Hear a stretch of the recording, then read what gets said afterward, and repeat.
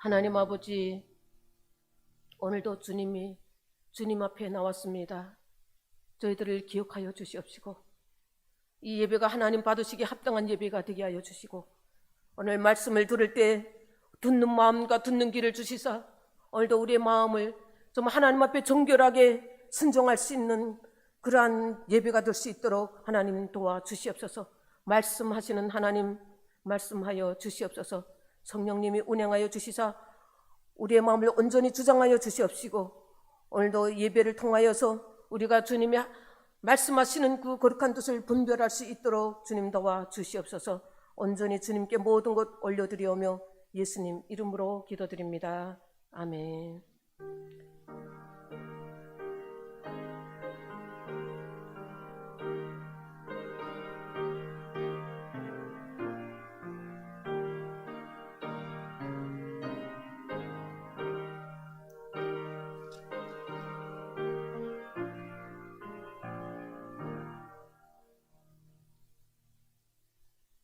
할렐루야, 아멘. 오늘 예배 자리에 나온 여러분 주님의 이름으로 축복합니다. 오늘 우리가 은혜 받으실 하나님의 말씀은 룻기 1장 15절에서 22절의 말씀입니다. 룻기서는 구약 성경 402쪽에 있습니다. 402면에 있는 룻기 1장 15절에서 22절의 말씀입니다. 제가 한 절 읽고 여러분 한 절씩 읽고 마지막 절은 함께 봉독하겠습니다. 나오미가 또 이르되 보라, 내 동서는 그의 백성과 그의 신들에게로 돌아가나니 너도 너의 동서를 따라 돌아가라 하니,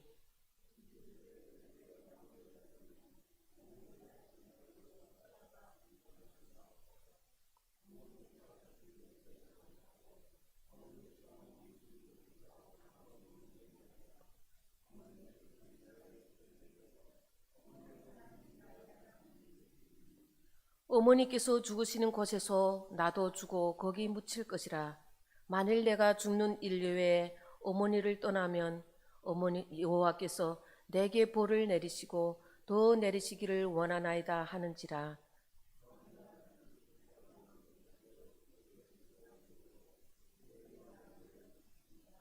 이에 그 두 사람이 베들레헴까지 갔더라. 베들레헴에 이를 때에 온 성읍이 그들로 말미암아 떠들며 이르기를 이가 나오미냐 하는지라.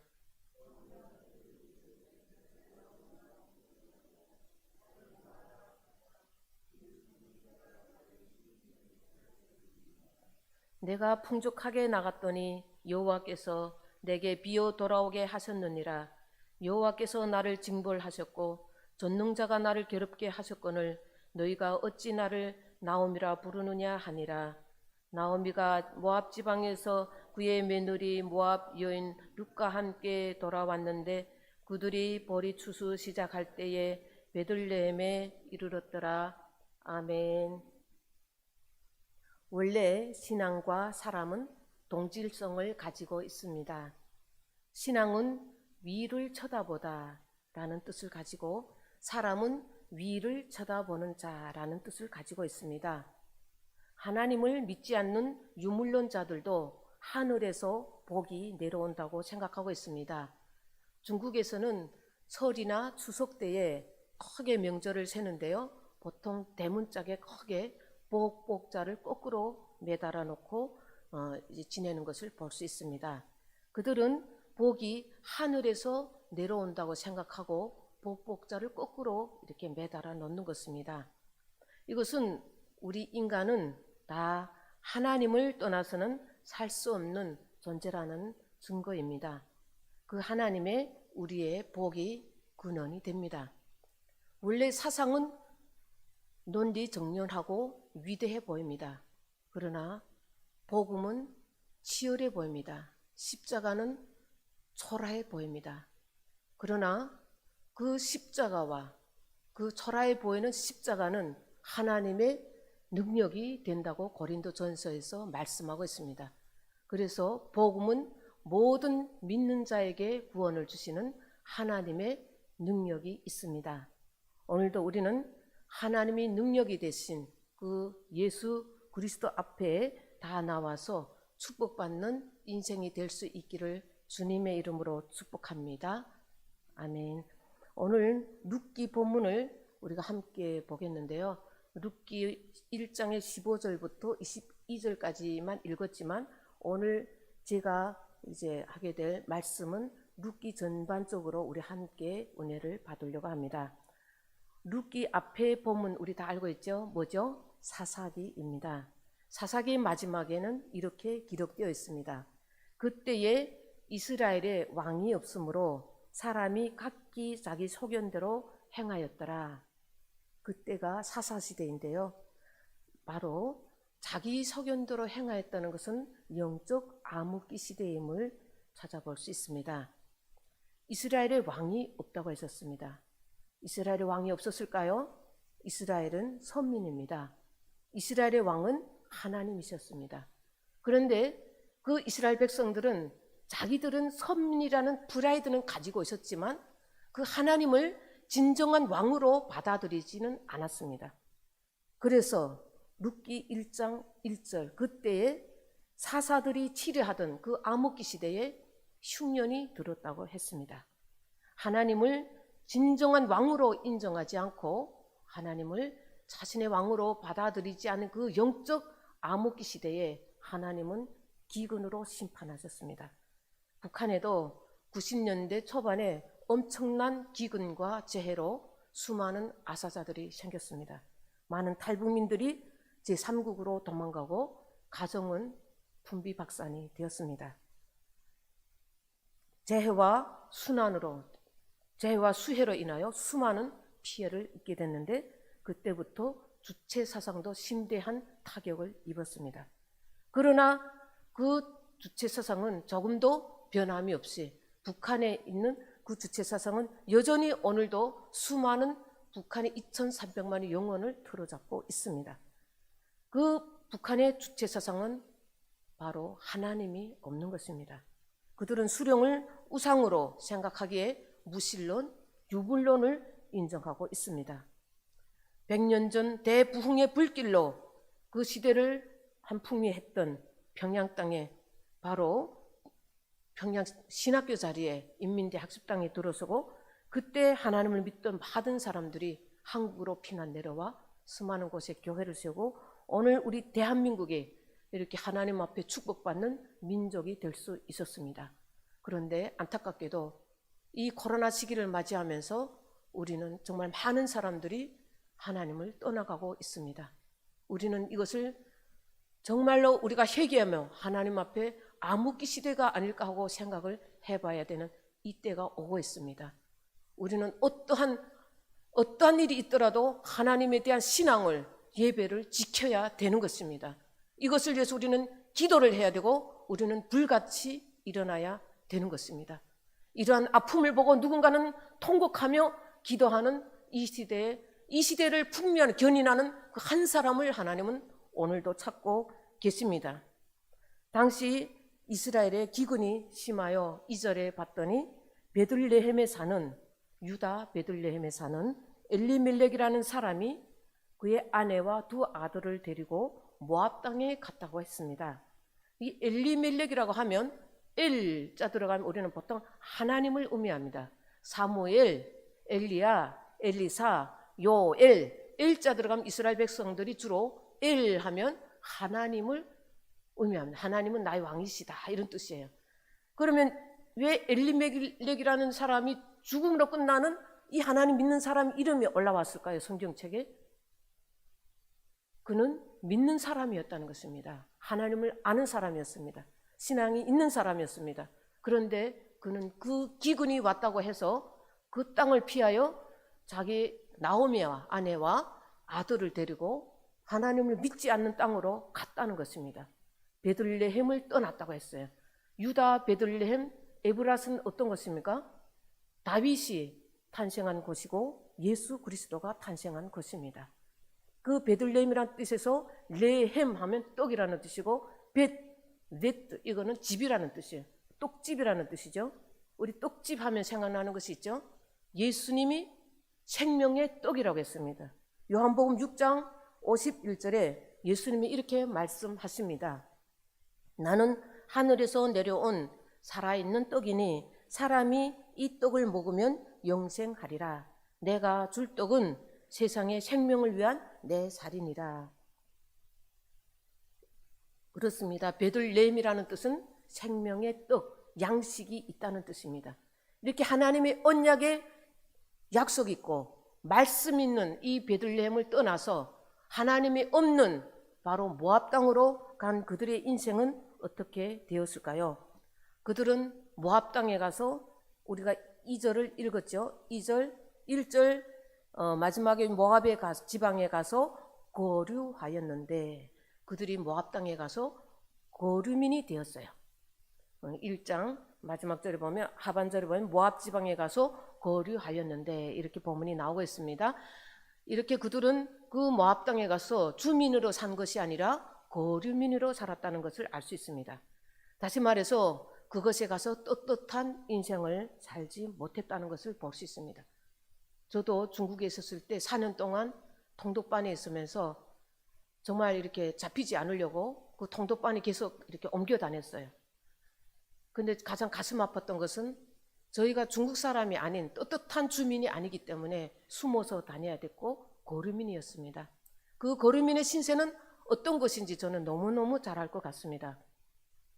근데 오늘 3절에 봤더니 바로 잘 살려고 많은 풍족하게 나갔다고 했어요. 많은 재물을 가지고 갔던 그 가정에 불행이 찾아왔습니다. 나오미의 남편 엘리멜렉이 죽었습니다. 그리고 그 뒤에 두 아들이 남았으며 우리 3절을 다 같이 읽어볼까요? 3절 말씀입니다. 나오미의 남편 엘리멜렉이 죽고 나오미와 그의 두 아들이 남았으며. 자, 엘리멜렉이 죽었습니다.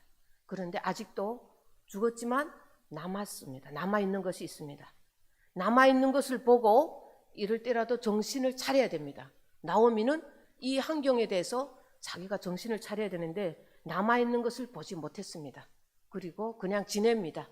그렇게 지내다가 두 아들들이 장성해서 또 그동안 10년 동안 모압 여인들과 두 여인과 결혼을 하게 됩니다. 4절에 봤더니 말년과 기련 두 아들이 오르바와 루시라는 모압 여인과 결혼했다고 나오고 있습니다.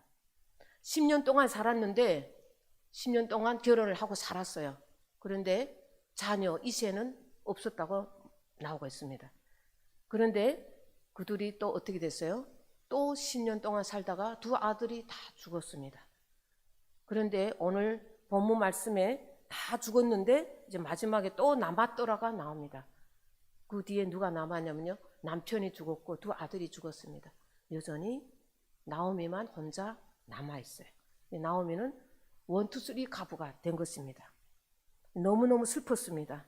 자기 인생의 비극이 아닐 수가 없습니다.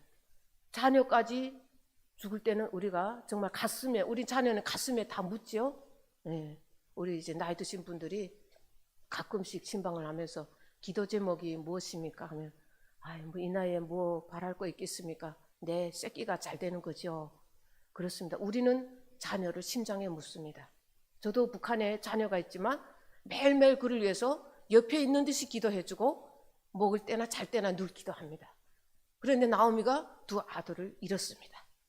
이제 남은 것이 자신밖에 없었어요. 그런데 이렇게 슬프게 지내던 그에게 희망의 복음이 전해졌습니다. 6절에 우리 다 함께 6절을 읽겠습니다. 본문을 읽지 않았기 때문에 함께 읽겠습니다. 6절의 시작. 그 여인이 모압 지방에서 여호와께서 자기 백성을 돌아보시사 그들에게 양식을 주셨다 함을 듣고. 아멘. 너무너무 희망의 복음입니다. 하나님께서 돌아보셨다고 했습니다. 먹을 양식을 주신대요. 정말 슬픔 가운데 있던 나오미는 죽고 싶었을 것입니다. 그런데 그는 이 복음을 듣고 벌떡 일어났습니다. 그리고 그는 유다 땅, 자기 베들레헴 고향으로 돌아가려고 결심했습니다. 드디어 그에게는 돌아갈 것이 생겼습니다. 컴백! 돌아갈 것이 바로 생겼다는 것입니다. 우리는 돌아갈 것이 있어야 된다는 것입니다. 나오미는 그 이방 땅에서 죽지도 못하고 살지도 못하는 인생이 되었습니다. 모든 것을 잃었습니다. 그런데 이제 돌아갈 것이 생겼습니다. 그에게는 희망이 생겼다는 것입니다. 그래서 그는 그 두 며느리 모압 여인들을 불러다가 이야기합니다. 이제 모압 신, 너의 신에게로 돌아가라, 이렇게 얘기를 하는 거예요. 너희 집으로 돌아가라 하지 않고 너희 신에게로 돌아가. 너희 신이 누굴까? 모압 신인 거예요. 모압 신에게 돌아가라고 이렇게 얘기를 합니다. 시어머니가 너희 신에게로 돌아가라고 말했을 때 오르바는, 그 첫째 며느리는 돌아갔습니다. 그런데 룻은 돌아가지 않았습니다. 그리고 오히려 이렇게 고백을 합니다. 우리가 오늘 읽은 본문 15절 16절에 우리 다 함께 보겠습니다. 룻이 이렇게 고백을 하죠. 룻이 이르되 내게 어머니를 떠나며 어머니를 따르지 말고 돌아가라 강권하지 마옵소서. 어머니께서 가시는 곳에 나도 가고 어머니께서 머무르시는 곳에 나도 머물겠나이다. 어머니의 백성이 나의 백성이 되고 어머니의 하나님이 나의 하나님이 되리니 어머니께서 죽으시는 곳에서 나도 죽어 거기 묻힐 것이라. 만일 내가 죽는 일 외에 어머니를 떠나면 여호와께서 내게 벌을 내리시고 더 내리시기를 원하나이다. 룻은 정말 위대한 고백을 한 것 같아요. 정말 자기 딸도 아닌 그 며느리가, 그것도 과부가 된 그 며느리가 이런 고백을 한다는 것은 정말로 하나님이 들으시고 너무너무 기뻐하실 위대한 고백인 것 같습니다. 그렇습니다. 룻은 살면서 그 어머니의 신앙을 보았던 것입니다. 자기가 믿는 모압신은 가짜 신이고 바로 시어머니가 믿는, 나오미가 믿는 그 위대하신 하나님이 진짜 신이라는 것을 그는 체험했고 깨달았기 때문에 그는 이러한 고백을 할 수 있었습니다. 그래서 우리는 부모의 신앙, 그 어머니의 신앙, 어머니의 눈물의 기도는 자녀를 변화시키고 민족을 변화시키고 나라를 변화시킬 수 있다는 것입니다. 그래서 우리는 그 어머니는 기도를 해야 된다는 것입니다. 저도 어머니로서 저는 북한에 있는 우리 아들에게 기도할 수 있는 것은 딱 한 가지였습니다. 이전에는 여러 기도 제목을 많이 얘기했습니다. 그런데 단 한 가지 기도 제목밖에 없더라고요. 하나님이 들을 수 있는 그 기도, 하나님 우리 아들이 구원받게 해주시옵소서. 이 기도만 하는 것이, 하나님 사람만 있게 하옵소서. 우리 아들 전일이가 사람만 있게 하옵소서. 구원을 받게 하여 주시옵소서. 그리고 나의 믿음의 유산이 그에게 이어지게 하여 주시옵소서. 이 기도밖에 할 수 있는 것이 아무도 없습니다. 우리가 돈이 있어서 돈을 줄 수가 없고 통화를 할 수 있어서 통화를 할 수도 없는 이러한 현실 가운데 살고 있다는 것입니다. 그런데 하나님은 그 구원에 대한 나의 믿음의 기도는 반드시 드리리라고 저는 생각을 합니다. 우리 어머니들의 기도는 이렇게 하나님의 심장을 흔들는 이런 기도가 되어야 된다는 저는 생각합니다. 우리가 추석을 지냈습니다. 우리가 정말 추석에 우리 자녀들에게 어떤 고백을 하였습니까? 우리는 어떤 기도를 하나님 앞에 드리고 있습니까? 우리의 신앙의 행실을 보고 우리 자녀들은 다 봅니다. 변화됩니다. 신앙적인 삶을 느낍니다. 사실 룻은 모압 여인으로서 이방인이었습니다. 그는 베들레헴에 돌아가도 자기를 환영할 사람이 없다는 것을 알았습니다. 자기는 혈혈 단신으로 남의 이역 땅에 가서 살아야 되었으며 또 그 당시에 유다 백성들은 선민의식이 굉장히 강했습니다. 자기들은 선택받은 민족이라는 프라이드를 갖고 있었고 이방인을 개취급하였습니다. 그럼에도 그는 그 모든 것을 감수하면서 그 어머니의 하나님을 따라서 베들레헴으로 가려고 선택의 기로에 그는 서서 그는 결단을 합니다. 그의 그 위대한 결단은 그가 예수 그리스도의 계보에 들어가는 그 여인으로 등장하게 했던 것입니다. 우리 인생에도 많은 선택의 기로에 설 수 있습니다. 우리는 그 선택의 기로에서 어떤 결단을 해야 될까요? 룻과 같이 물질보다도 하나님을 선택하고 또 모압신 풍요의 신보다 진실하신 거룩하신 하나님만을 선택하는 우리가 될 때 하나님께서 우리의 인생의 모든 문제를 반드시 해결해 주실 줄로 믿습니다. 독수리는 하늘의 제왕이라고 하죠. 어떤 상황 가운데서도 비상을 하는 날개로 잘 알려져 있습니다. 그런데 어떤 조류학자들은 독수리의 날개가 2m 이상이기 때문에 절대로 날개짓을 해서 버덕이면서 날지 않는다고 합니다. 날 수 있는 것은 거의 불가능하다고 합니다. 성경에도 독수리의 비상에 대해서 이렇게 말씀하고 있는데요.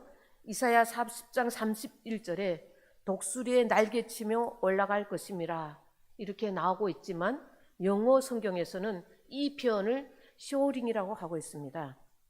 이 쇼링이라고 하는 표현은 스스로의 노력이나 힘으로 날아오름이 아니고 활공한다는 뜻입니다. 급상승, 활공, 이것은 패러글라이딩의 비행 기법을 뜻합니다. 패러글라이딩의 동력은 오직 바람, 기류에 의지할 뿐입니다.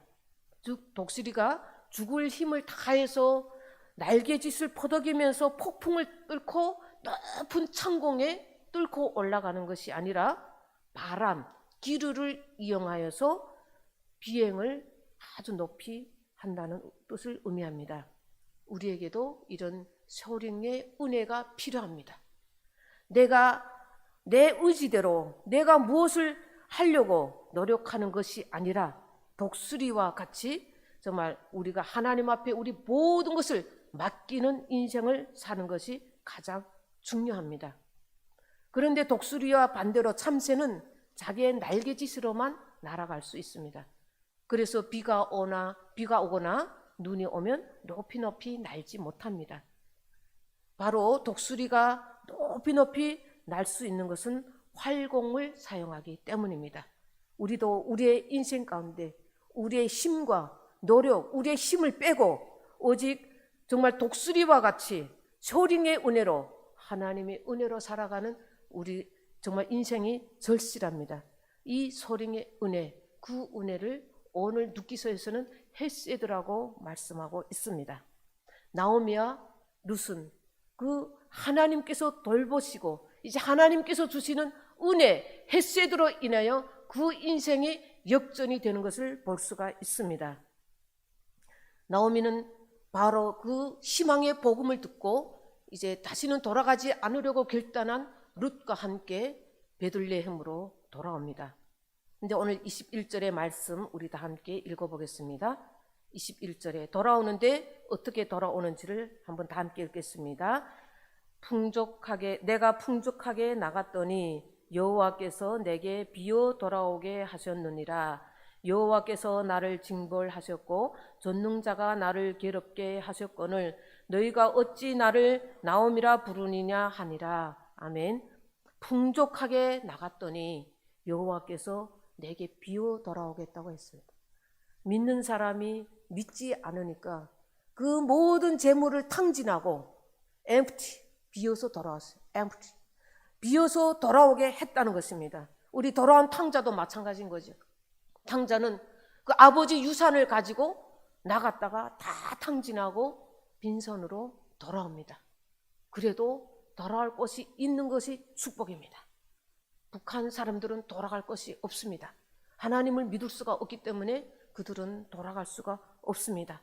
그러나 우리는 마음껏 하나님을 믿을 수 있고 하나님을 예배할 수 있기 때문에 돌아갈 것이 있다는 것입니다. 오늘 나오미는 하나님 앞에 컴백해가지고 햄프티 인생으로 돌아와서 이제 하나님 앞에 고백합니다. 내가 베들레헴에서 살 때는 나오미라는 뜻은 즐거움이라는 뜻이었어요. 내 이름이 즐거움이었지만 이제 나를 마라라고 부르라. 너는 나오미라 부르지 말고 마라라고 부르라. 이 마라는 쓴물, 슬픔, 괴로움이라는 뜻이에요. 나를 괴로움이라고 부르라. 내가 전능자 앞에서 정말 나오미라고 부를 면목이 없다고 이렇게 오늘 고백하고 있습니다.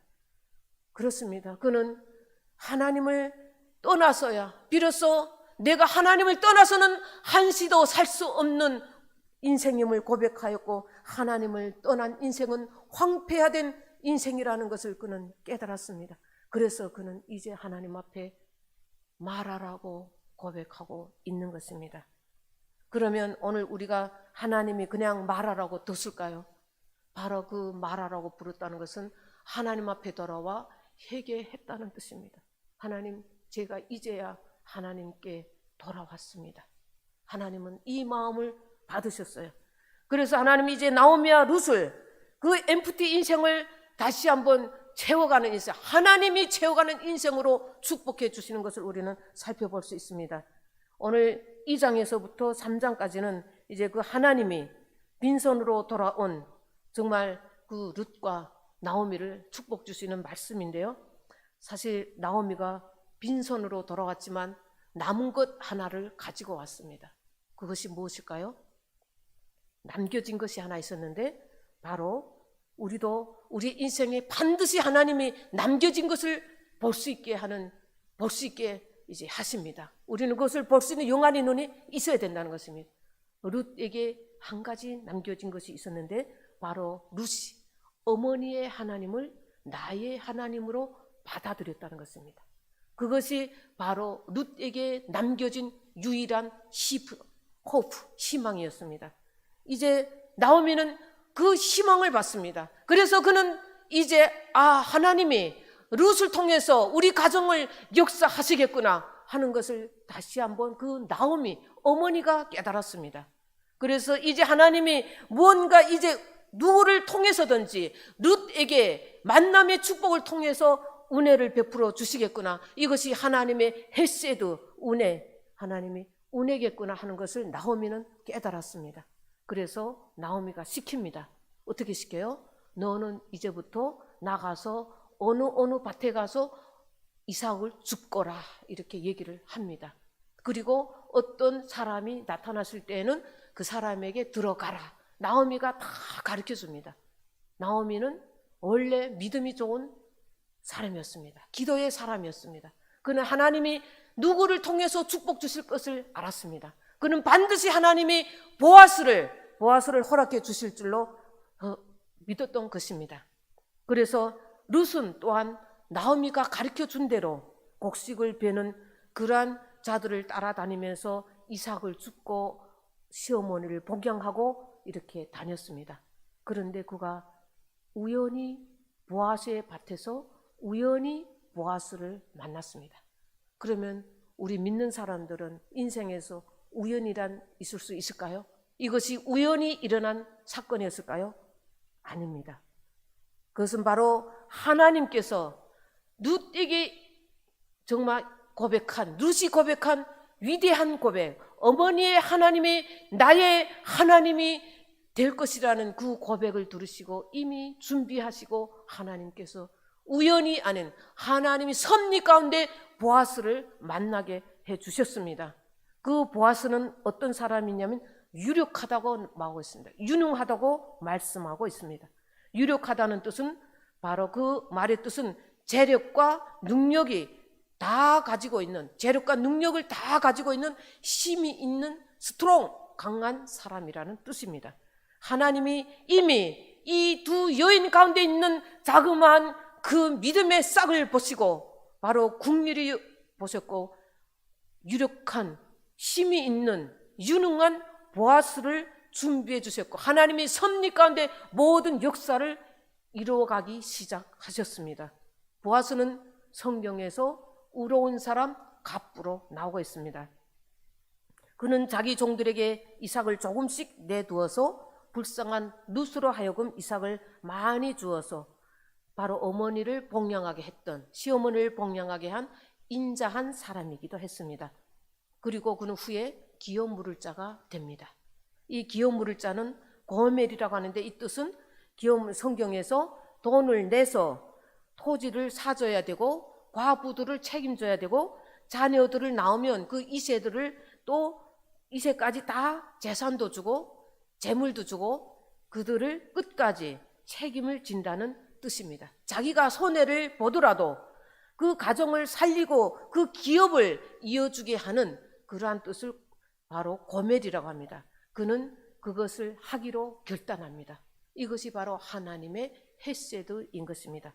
결국은 그것으로 말미암아 보아스는 더 큰 축복을, 하나님의 더 놀라운 축복을 받게 됩니다. 그 말씀이 어디에 나올까요? 우리 말씀을 한번 보겠습니다. 4장 11절. 4장 11절의 말씀을 한번 보도록 하겠습니다.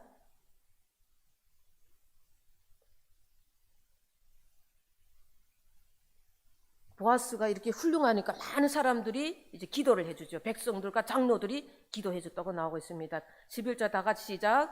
성문에 있는 모든 백성과 장로들이 이르되 우리가 중인이 되나니 여호와께서 내 집에 들어가는 여인으로 이스라엘의 집을 세운 라헬과 레아 두 사람과 같게 하시고 내가 에블라스에서 유력하고 베들레헴에서 유명하게 하시기를 원하며. 그렇습니다. 이렇게 보아스가 정말 이런 삶을 살았기 때문에 유력하고 유능하고 모든 것을 갖춘, 그렇게 칭찬하는, 모든 사람이 축복하고 칭찬하는 사람이 되었고 하나님께서 더 큰 축복으로 채워주셨습니다. 룻도 바로 시어머니를 공경했죠. 그 어머니 하나님을 믿고 그 시어머니를 자기 어머니처럼 공경했습니다.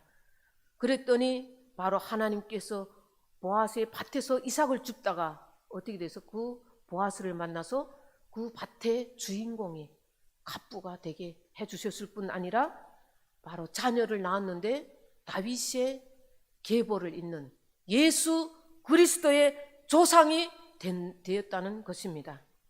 오늘 4장 10절 13절의 말씀에 이렇게 나왔습니다. 보아스가 룻을 맞이하여 아내로 삼고 그에게 들어갔더니 여호와께서 그에게 임신하게 하심으로 그가 아들을 낳은지라. 룻이 아들을 낳았어요. 그가 바로 오벳이죠. 다윗의 할아버지. 오벳, 이세, 다윗, 이렇게 그 조상들이 이어집니다. 아들을 낳음으로써 이방인이었던 룻은 바로 예수 그리스도의 계보에 들어갑니다. 마태복음 1장에 예수 그리스도의 계보가 나오는데 오직 4명의 여인들만 나옵니다. 그 4명의 라합, 룻, 밧세바, 마리아 중에서 이방인인 룻이, 그 이름이 등장하게 된다는 것입니다. 하나님은 위대한 사람을 쓰시는 것이 아니라 위대한 하나님의 손에 붙들린 자를 쓰신다는 것입니다. 이방인이었던 그 룻이 나오미가 믿는 그 하나님을 믿었기에 가브의 인생에서 바로 축복의 인생이 되었습니다. 룻만 아니라 오늘 나오미는 어떤 인생이 되었을까요? 우리 4장 16절을 다 같이 읽겠습니다. 시작. 나오미가 아기를 받아 품에 품고 그의 양육자가 되니. 아멘. 나오미에게도 아들이 태어났다고 이렇게 공동번역에는 그렇게 나오고 있습니다. 나오미가 아들을 낳은 것이 아니잖아요. 그럼 왜 나오미가 주인공이 되었을까요? 나오미는 이미 가슴이 텅 빈 인생이었습니다. 두 아들을 잃고 아무도 없었습니다. 그런데 이 아들은, 바로 룻이 낳은 이 아들은 바로 나오미에게 안겨주었다고 했어요. 이 텅 빈 가슴에 아들을 안겨줌으로써 무슨 인생이 되었을까요? 채워지는 인생이 되었습니다. 우리 어머니들이 자녀들을 어떻게 해요? 가슴에 품잖아요. 가슴에 품었을 때 우리 어머니들은 모든 것을 어느 듯 다 기쁨이 있잖아요. 그렇죠? 가슴에 꼭 안으면 이 사랑이 전해져요. 이것이 바로 채워진 인생이 된다는 것입니다. 엠프티의 인생에서 채워진 인생이 된 그 나오미, 바로 그 나오미 하나님을 믿고 오늘도 예수 그리스도의 계보에 들어간 룻의 인생을 보면서 우리는 무엇을 생각하게 될까요? 바로 오늘날 이 땅에 정말 나오미처럼 룻처럼 슬픈 인생, 어둠 속에서 고난 속에서 살아가고 있는 모든 이들에게 희망의 메시지를 던져주고 있다는 것입니다. 하나님께로 돌아오면, 하나님께로 나오면 하나님께서 이렇게 축복해 주시고 텅 빈 인생에서 채워지는 인생으로 만들어 주신다는 것입니다. 오늘 본문에서 텅 빈 FT를 채워가는 데 중요한 씨앗은 바로 룻입니다. 그 룻이 가슴속에 심겨진 하나님의 신앙의 싹을 통해서 텅 빈 사사시대에서 다윗 왕조의 이스라엘의 시대를 채워가는, 풀필 채워가는 그러한 역사를 하나님께서 이루어 가셨다는 것을 우리는 찾아볼 수 있는 것입니다.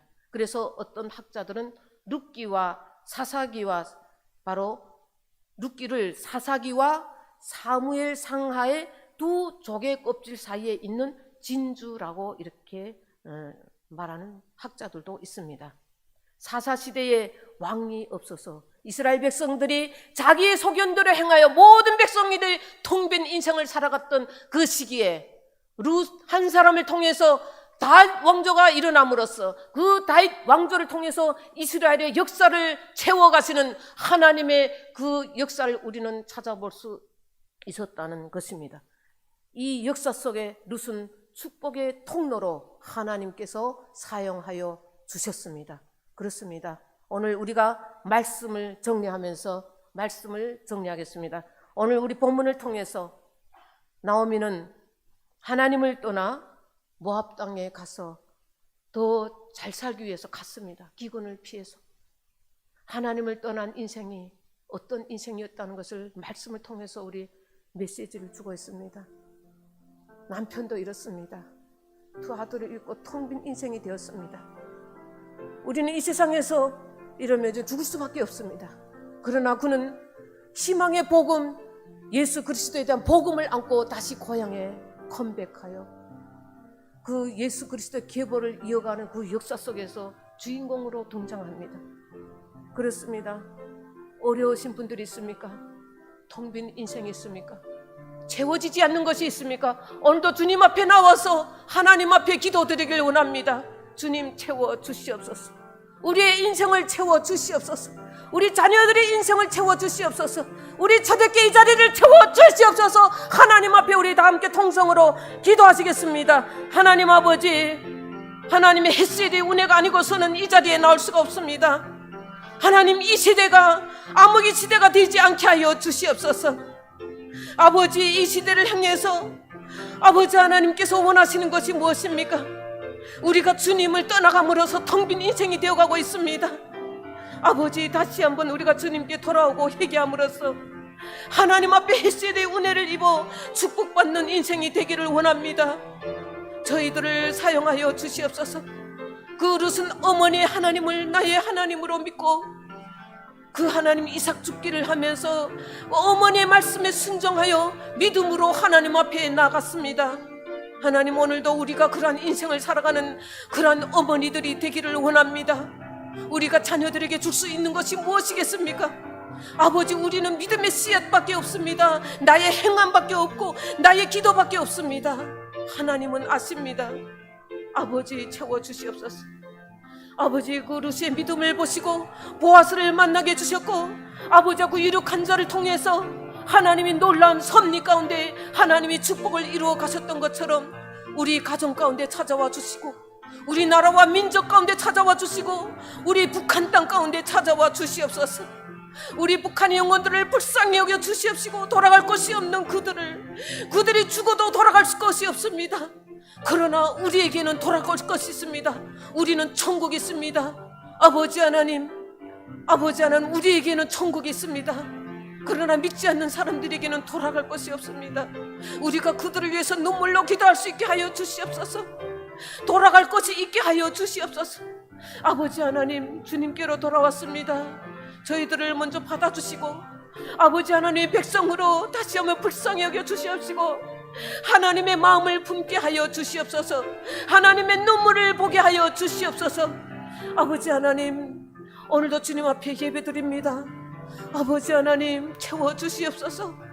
우리 텅 빈 인생입니다. 주님으로 인하여 채워지게 하여 주시옵시고, 성령님으로 인하여 채워지게 하여 주시옵시고, 하나님의 은혜로 인하여 채워지게 하여 주시옵소서. 아버지, 그래서 우리가 풍족하게 채워짐으로써 우리가 이 채워진 것을 나눌 수 있는 인생이 되게 하여 주시옵소서. 텅 빈 인생이 있습니까? 보아스를 만나게 하여 주시옵시고, 예비하신 하나님의 놀라운 축복을 맛보게 하여 주시옵소서. 그래서 우리가 풍족한 인생이 되어서 전도하게 하여 주시고, 선교하게 하여 주시옵시고, 하나님 나라를 세워가게 하여 주시옵소서. 아버지 하나님, 다시 한번 은혜를 부어 주시옵소서. 불쌍히 여겨 주시옵소서. 죽어가는 북한의 영혼들을 불쌍히 여겨 주시옵소서. 그 사명을 안고 우리가 눈물로 기도하게 하여 주시옵소서. 아버지, 우리가 너무도 풍족한 세상 가운데 살고 있습니다. 그러나 우리의 영혼은 텅 빈 인생으로 고갈되어 가고 있습니다. 우리는 그것을 알아보지 못하고 있습니다. 말씀이 아니고서는, 하나님이 아니고서는 우리가 할 수 없기에 하나님의 말씀을 듣고 우리가 깨닫고 회개합니다. 주님, 하나님 도와주시옵소서. 돌아오게 하여 주시옵소서. 주님 감사드립니다.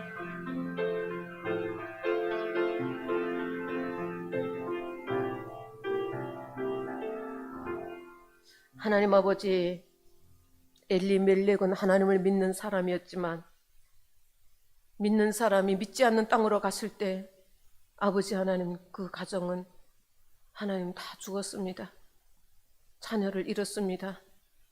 그러나 그들이 희망의 복음을 듣고 다시 주님 앞에 돌아왔을 때 하나님께서는 불쌍히 여겨주시고 아버지, 그 텅 빈 인생 가운데 하나님 회개하고 돌아올 때 많은 것을 준비하여 주셔서 헷세대의 은혜 가운데 하나님이 섭리로 보아스를 만나게 해주셨고, 그로 인하여 그들이 예수 그리스도의 계보에 들어가며 텅 빈 인생에서 채워진 인생으로 변화되었습니다.